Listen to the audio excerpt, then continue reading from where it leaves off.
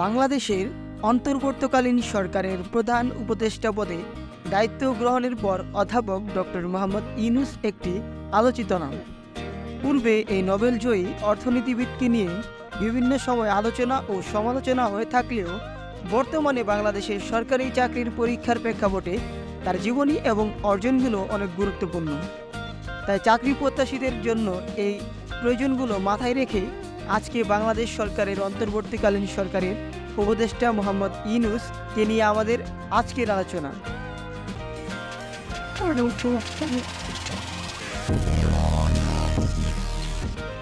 মোহাম্মদ ইউনূসের জন্মস্থান ও পরিবার। Doctor Mohammad Yunus 28 June 1940 সালে চট্টগ্রাম জেলার হাটহাজারী উপজেলার বাথুয়া গ্রামে জন্মগ্রহণ করেন। ওনার পিতার নাম হাজী দুলা মিয়া সওদাগর, যিনি পেশায় একজন জহুরি ছিলেন, এবং মাতার নাম সুফিয়া খাতুন। 2 ভাই ও 9 বোনের মধ্যে ডক্টর মোহাম্মদ ইউনূস ছিলেন তৃতীয়।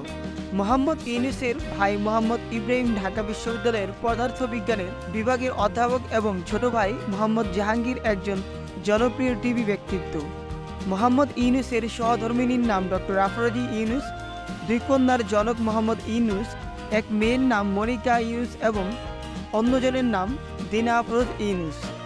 মোহাম্মদ ইউনূসের শিক্ষা জীবনের শুরুতে ডক্টর মোহাম্মদ ইউনূস তার গ্রামের মহাজন ফকিরের স্কুল নামে একটি বিশ্ববিদ্যালয়ে অধ্যয়ন শুরু করেন। পরবর্তীতে 1944 সালে তার পরিবারের চট্টগ্রাম শহরে চলে আসায় তিনি গ্রামের স্কুল থেকে লামাবাজার প্রাথমিক বিদ্যালয়ে ভর্তি হন।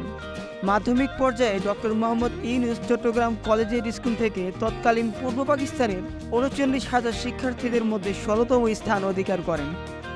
7ম শ্রেণীতে পড়ার সময় তিনি বয়েজ স্কাউটে যোগদান করেন এবং বয়েজ স্কাউটের পক্ষ থেকে মাত্র 15 বছর বয়সে যুক্তরাষ্ট্র, কানাডা সহ এশিয়া এবং ইউরোপের বিভিন্ন দেশ ভ্রমণ করেন।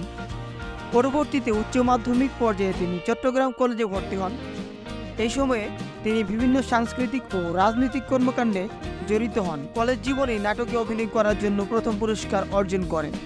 এছাড়াও কলেজে অধ্যয়নকালীন সময় ডক্টর মোহাম্মদ ইউনূস সাহিত্য পত্রিকার সম্পাদনা এবং আজাদী পত্রিকায় কলাম লেখার কাজে যুক্ত ছিলেন। পরবর্তীতে 1957 সালে মোহাম্মদ ইউনূস ঢাকা বিশ্ববিদ্যালয়ে অর্থনীতি বিভাগের শ্রেণীতে ভর্তি হন এবং সেখান থেকে বিএ এবং এমএ সম্পন্ন করেন। মোহাম্মদ ইউনূসের কর্মজীবন।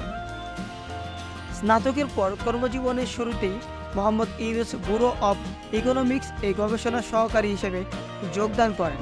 পরবর্তীতে 1962 সালে চট্টগ্রাম কলেজের অর্থনীতির প্রভাষক হিসেবে যোগদান করেন।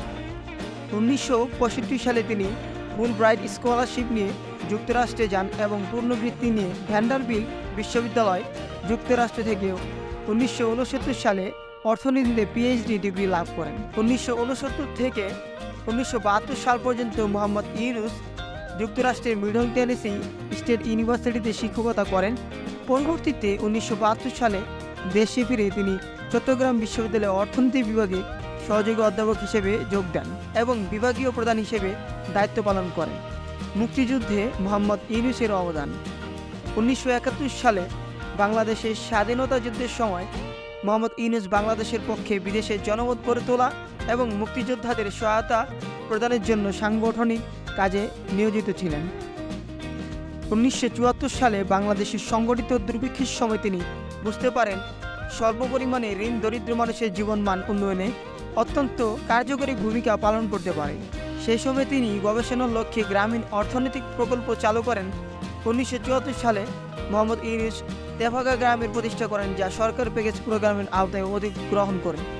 তো প্রিয় দর্শক, এই ছিল ডক্টর মোহাম্মদ ইউনূসের জীবনী নিয়ে আজকের এই আলোচনা।